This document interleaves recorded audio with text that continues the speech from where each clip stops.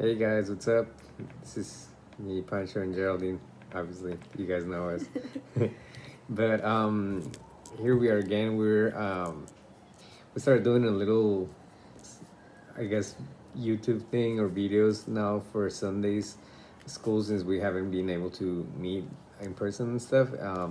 So we're gonna be working together with Amy and Luis and Geraldine and I and making weekly videos for you guys to watch and um, that way we can stay connected even a little bit more, not only on Wednesdays at Ego and stuff, but also through here. So this is me just saying hi and Hi, you guys. We're excited to start with Sunday classes again, and we hope that you keep joining us and that you guys tell your friends and the other juniors to join us as well. We can get started. yeah. So just make sure you guys try to like share with others that don't join on Wednesday and stuff. So we're gonna get started. So when we stopped meeting on Sundays, we were talking about La Armadura de Dios. I know I usually talk in Spanish because that's easier for me, but armor of God. And that's kind of where we left off, and we didn't really finish the whole thing and everything. So we all decided to kind of like do a refresh or like redo it or go over it again. So we're gonna be going over it. And today, I know that Amy did the intro last week. So today we're gonna start all over, and we're gonna start with the belt of truth. I think that's the name in English. I'm not sure. No, I'm sure. I'm just kidding. I know it is. Anyways, so a little story. I don't know if it was like clear to you guys when we first went over them and stuff, but if not, today we're gonna try to go over them again, and hopefully it'll stick to you guys. And if not, you can just rewatch it and stuff. But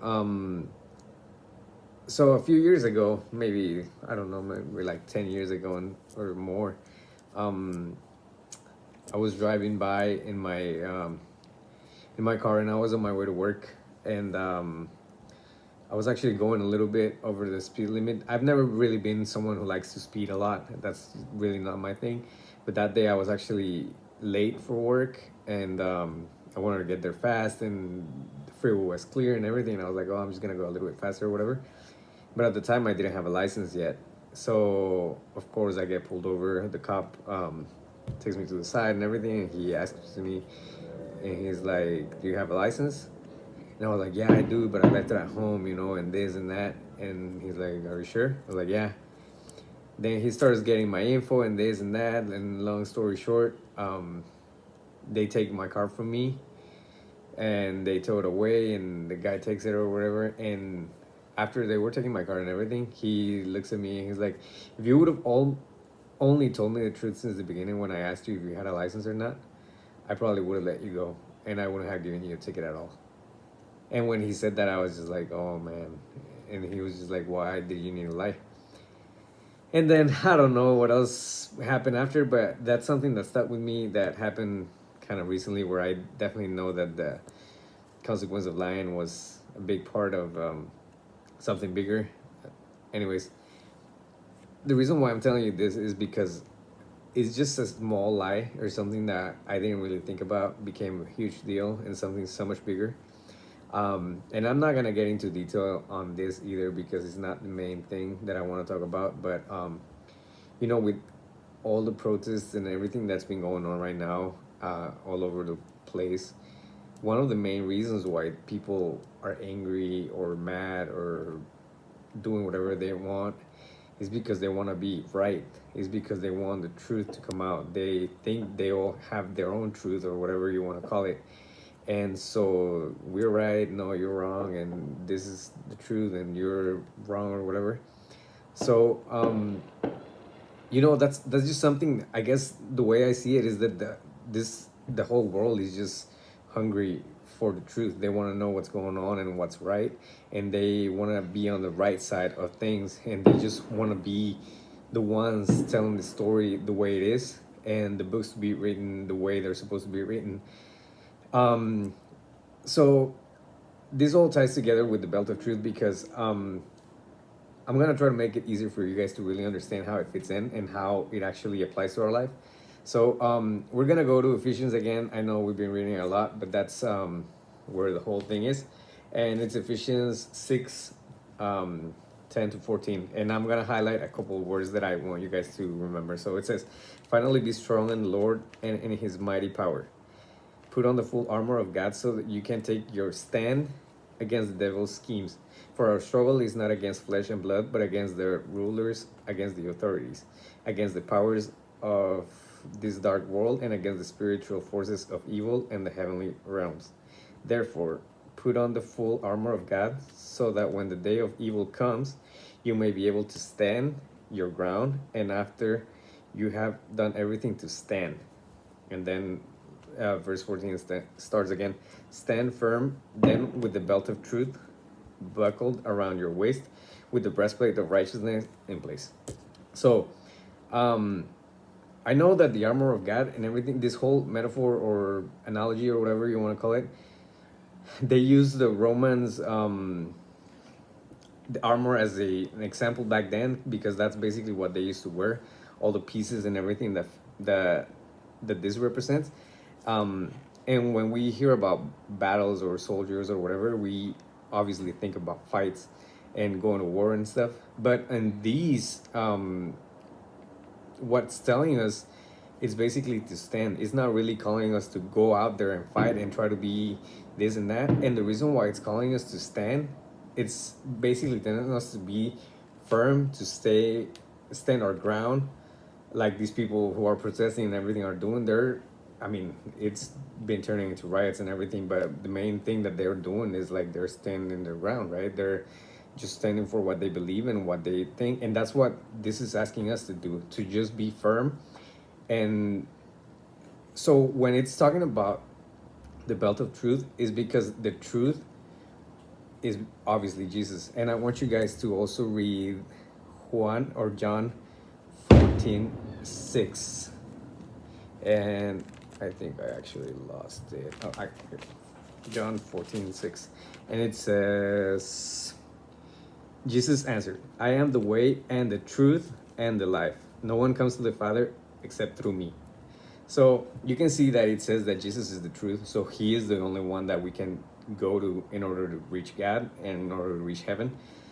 So what this is asking us is to really stand our ground, to really know our beliefs, and for us to really change our mind and really know that the truth is Jesus. And no matter what comes at us from outside, from anywhere else, or whatever things that the world throws at us, if we actually know our beliefs and our mind and our brains really know that Jesus is the truth, we will not be shaken. We're going to be standing our ground, and we won't be shaken, or we're not going to be doubting, am I doing the right thing? Am I following the right God? Am I doing what's correct out there? Is this really what am I supposed to be doing?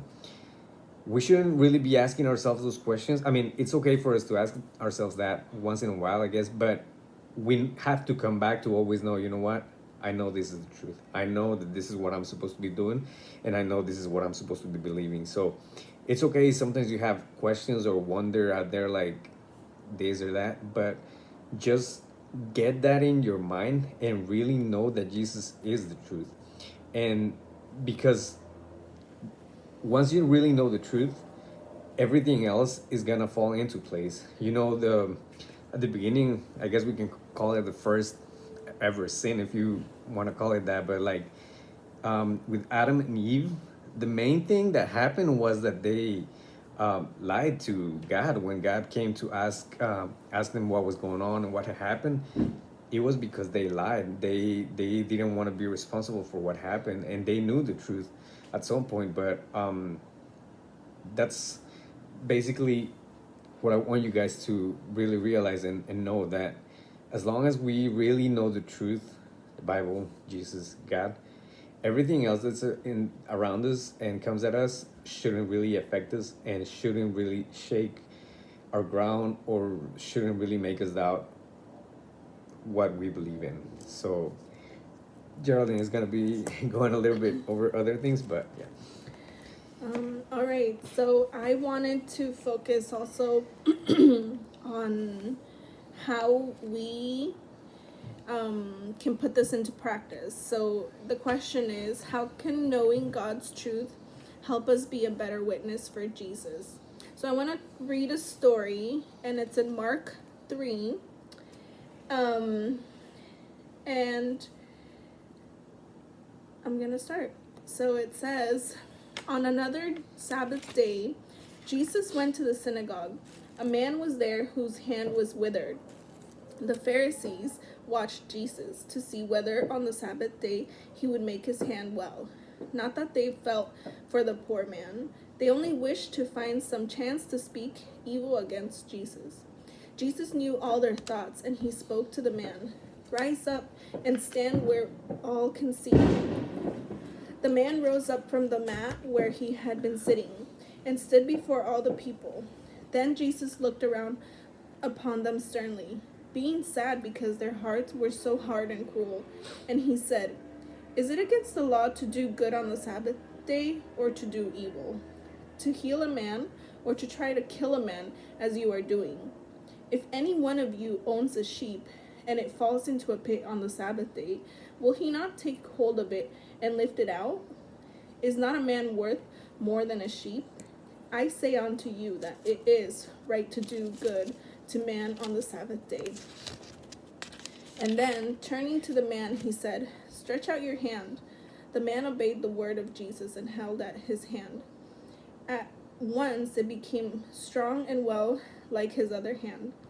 Many of the people were glad as they saw this, but the Pharisees, who hated Jesus, went out very angry, and they met together to find some plan for putting Jesus to death. So,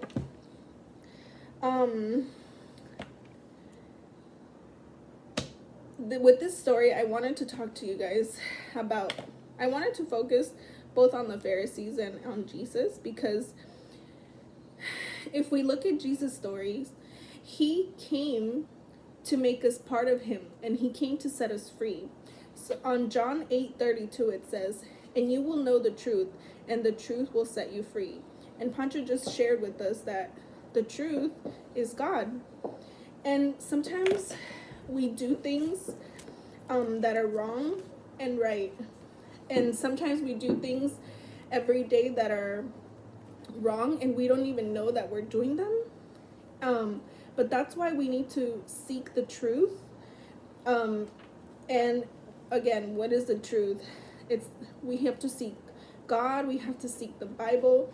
We have to, that way we can know what is right and wrong. Because if we don't seek the truth, we can be easily deceived. We can easily be lied to, and we can easily be persuaded to something that is not right. And sorry. So when we don't try to seek the truth or try to be righteous just so that people can see, or for people to say, oh, they're better than us. Oh, those people are holy, right? We don't even do this so that we can have God accept us, because God, he already accepted us. He already loves us the way that we are. The world is the one that sometimes makes us feel unwanted and not accepted, or like that we're loved, just like the Pharisees were trying to do to Jesus, right? Jesus wanted all of us to know the real truth to set us free. And the Pharisees, they wanted for us to feel trapped. That in the rules, if you look at the stories in the Bible, when it mentions the Pharisees, some of the rules were even sometimes impossible to follow, because you were always wrong, you were always being judged. Can you even imagine living like that? That everything that you did was you always had to be on your toes. And maybe some of you guys have felt like that. But I want you guys to focus on this. I want you guys to know that Jesus, he knows that we're sinners. But above anything else, he loves us. And if you can really grasp that, the creator of all beings loves us, no matter what we do or no matter if we lie or anything like that. But if you look at the stories, right, even in this story that I just read to you guys, Jesus came to show the truth with actions and words. He didn't care about what the Pharisees were saying, even though he did know what they were thinking, and he did state that in the story, right? But to answer the question, I will read the question again. How can knowing God's truth help us be a better witness for Jesus? If you read the first 5 books of the New Testament, right? It talks about Jesus' life on earth. And Jesus came, again, like I said, he came to show love to others, to show the real truth, to stop all of these lies that the Pharisees were telling others, like, hey, if you do this, something really, really bad is going to happen. And, there is consequences to sin and everything, but that's why we have grace, and that's why we have God, and that's why he loves us. But we need to follow Jesus' example and show others the truth with love, with words and actions, and not just by judging others like the Pharisees. That way we can show others the path to freedom and to Jesus, which is our ultimate goal. Our goal here on earth is for everybody to know Jesus and to love him, right? And what better way to show others God with the truth, which is that God is love and he loves all of us no matter what. So this is an introduction of the belt of truth. The belt of truth. We wanted to talk to you guys about and share with you guys a little bit. We encourage you guys that this week you read Ephesians, or even if you wanted to start reading the first 5 books of the Bible in the New Testament, so that you can really see how Jesus walked on this earth and how he showed people the real love of God to others, to humans, right? We just wanted to encourage you guys to do this week. And also, one of the things, just to finish up, I guess, there's so many people out there, like I said, trying to look for the right thing to do, to give us knowledge, to really show the world what they're made of, what's the right thing here and there. And if you think about it, us as Christians, we already have the advantage of knowing what the truth is. If it's Jesus and that's the way to get to him, like, maybe we should really take advantage of that and try to lead the others that way. And even though we know the truth and we know the right way, we know which way is gonna lead us there, it's easier for people out there who are lost and they don't even know what they want to influence us and take us in so many different ways. It's easier for us to get in the roller coaster of getting lost here and there and over here and this and that. And we already have an advantage over them because we know that Jesus is the only way. We know that the only way to reach God is through him. So let's really take advantage of that and not be so, I guess, jealous in a way, and try to share with others, which is like Geraldine said, the ultimate goal. So that's basically. And even though, like, we have that advantage, right? Even though we know what the right way is and what the truth is, right? There's a right way to show others and lead others, because we are all leaders, right? And if you look at your life, right, the people that have influenced you the most are not the ones that just tell you what the right thing to do is, right? It's the people that really take the time to get to know you and to guide you and to love you. And so that's what we have to do as well, just like Jesus did on this earth when he was here, right? So we are going to end in prayer.